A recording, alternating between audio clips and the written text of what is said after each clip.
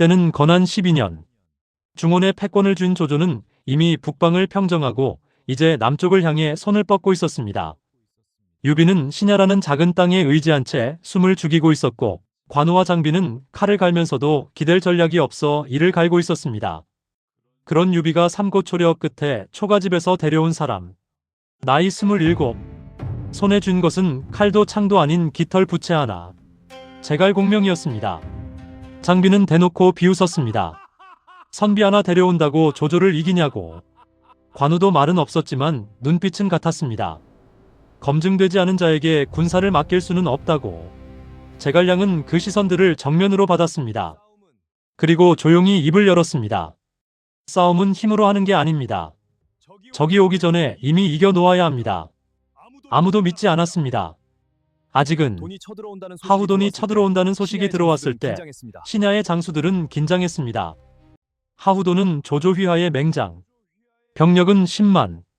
신야의 병력과는 비교조차 되지 않았습니다. 제갈량은 지도를 펼쳤습니다. 방망파. 좁은 산길이 양쪽 산으로 막힌 계곡. 그는 손가락으로 그 길을 짚으며 말했습니다. 적은 그 길로 옵니다. 그리고 그 길에서 죽습니다. 관우에게는 천천히 뒤로 물러나며 적을 유인하라고 했습니다. 달아나는 척, 지는 척, 조금씩 적을 계곡 깊숙이 끌어들이라고. 관우는 못마땅했지만 명을 따랐습니다.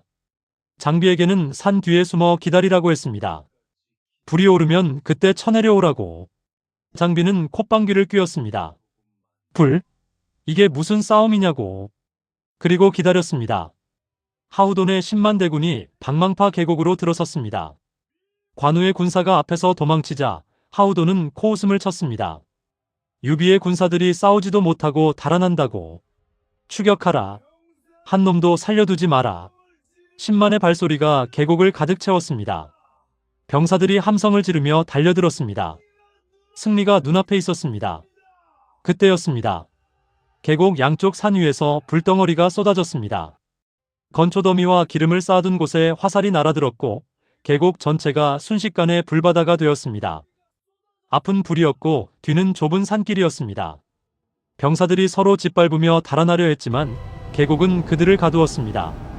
비명이 터져나왔습니다. 말들이 불에 놀라 날뛰었고 갑옷을 입은 병사들이 불 속에서 뒹굴었습니다. 지휘체계는 무너졌고 10만의 군사는 그 좁은 계곡에서 짐승처럼 달아나기 바빴습니다. 장비가 산 위에서 내려다보다 눈을 크게 떴습니다. 그리고 함성을 지르며 뛰어내려갔습니다. 와! 장팔사무가 불빛 속에서 번쩍였습니다. 관우도 달아나던 척을 멈추고 돌아섰습니다. 청룡 어놀도가 허공을 갈랐습니다.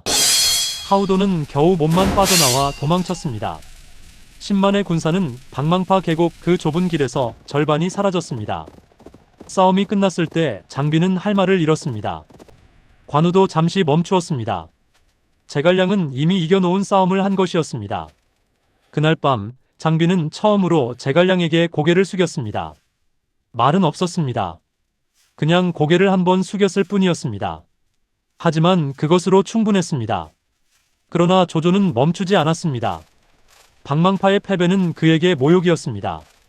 건한 13년 조조는 직접 나섰습니다. 병력 80만, 수군과 육군을 합친 사상 최대의 원정군이었습니다. 그 깃발이 드리운 하늘 아래 장강이 흔들릴 것 같았습니다. 유비는 강화로 달아났습니다. 손권과 손을 잡지 않으면 살아남을 수 없었습니다. 제갈량이 직접 동호로 건너갔습니다. 손권을 설득하기 위해서. 손권의 신하들은 항복을 주장했습니다. 80만을 어떻게 당하냐고. 싸워봤자 나라만 망한다고. 항복하면 적어도 살아남는다고. 제갈량은 그들 앞에서 조용히 말했습니다. 항복하면 당신들은 살아남을지 모릅니다. 하지만 손권 장군은 살아남지 못합니다.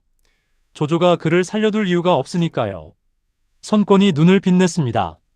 그리고 칼을 뽑아 책상 모서리를 잘랐습니다. 다시 항복을 입에 올리는 자는 이 책상 꼴이 될 것이라고. 싸우겠다고 했습니다. 주유가 총대장이 되었습니다. 그는 제갈량을 경계했습니다. 이 선비가 언젠가 동호의 적이 될 수도 있다고 느꼈습니다. 하지만 지금은 같은 적을 향해 서 있었습니다. 조조의 80만 대군은 장강 북쪽에 진을 쳤습니다. 함선들이 강을 가득 메웠고 그 위에 병사들이 개미처럼 붙어 있었습니다. 북방 출신 병사들은 배 위에서 멀미를 했습니다. 조조는 배들을 쇠사슬로 연결했습니다. 출렁임을 줄여 병사들이 안정적으로 싸울 수 있게. 그것이 치명적인 실수가 될 줄 조조는 몰랐습니다. 제갈량은 밤하늘을 바라보았습니다. 바람이 문제였습니다. 이 계절, 이 강에서는 서북풍이 붑니다. 그 바람으로는 불화공을 쓸 수 없었습니다. 동호의 배에서 불을 놓으면 바람을 타고 불이 오히려 동호 쪽으로 번질 것이었습니다.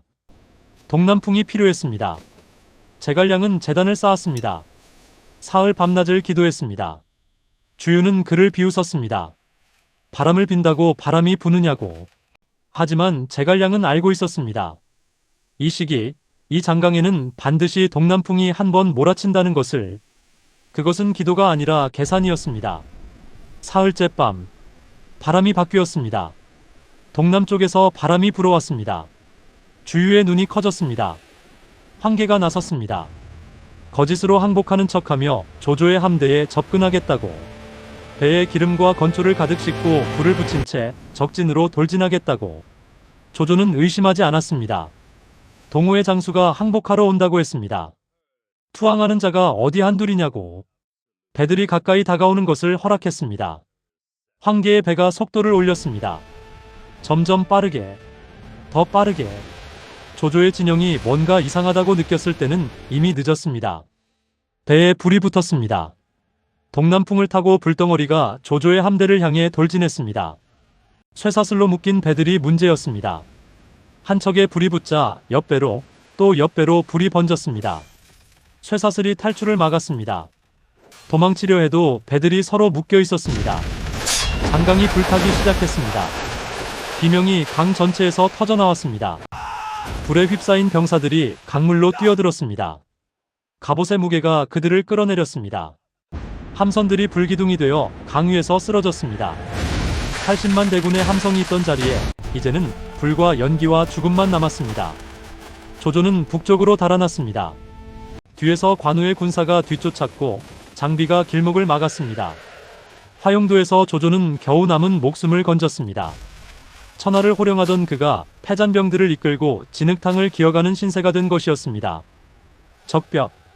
그 이름이 역사에 새겨지는 순간이었습니다. 전쟁이 끝난 뒤 유비는 형주를 얻었습니다.